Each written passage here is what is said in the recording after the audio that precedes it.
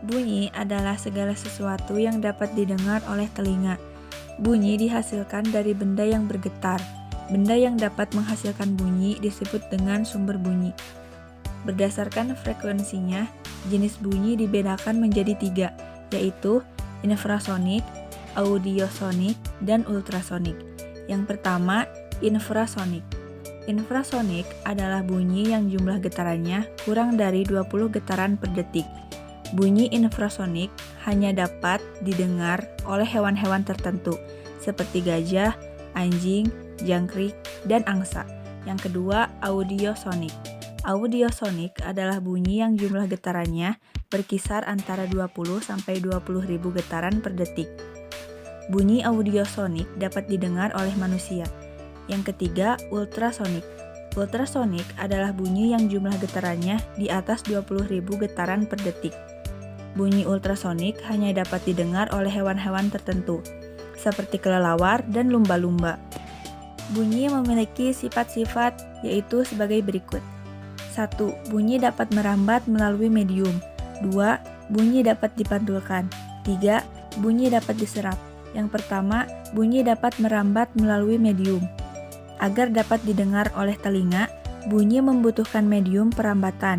Medium perambatan bunyi dapat berupa benda padat, cair, dan gas. Perambatan bunyi dari yang paling cepat ke paling lambat adalah medium padat, cair, dan gas. Yang kedua, bunyi dapat dipantulkan. Bunyi dapat dipantulkan apabila bunyi dalam proses perambatannya dihalangi oleh benda-benda dengan permukaan yang keras. Contohnya adalah batu, kayu, besi, dan kaca. Pemantulan bunyi ini menyebabkan terbentuknya bunyi pantul. Macam-macam bunyi pantul adalah gema dan gaung. Gema adalah bunyi pantul yang terdengar setelah bunyi asli.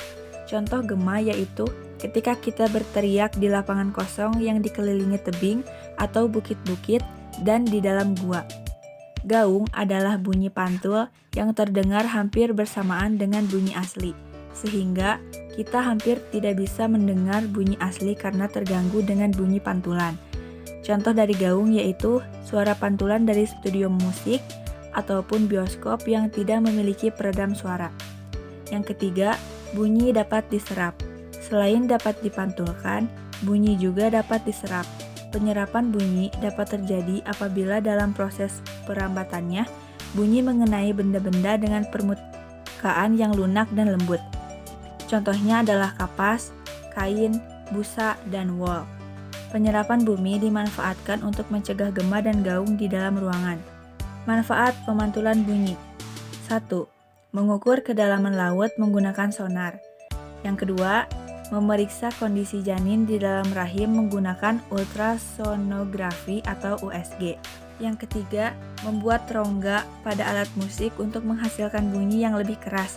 Yang keempat, mendeteksi keretakan pada logam menggunakan pancaran gelombang ultrasonik. Cahaya. Cahaya adalah sumber energi yang dapat dilihat oleh mata.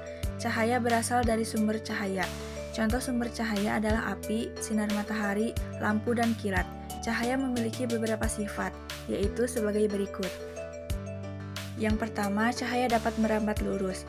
Berkas cahaya dapat merambat lurus, contohnya cahaya matahari dapat masuk ke dalam ruangan atau melalui celah-celah dan tampak seperti garis lurus.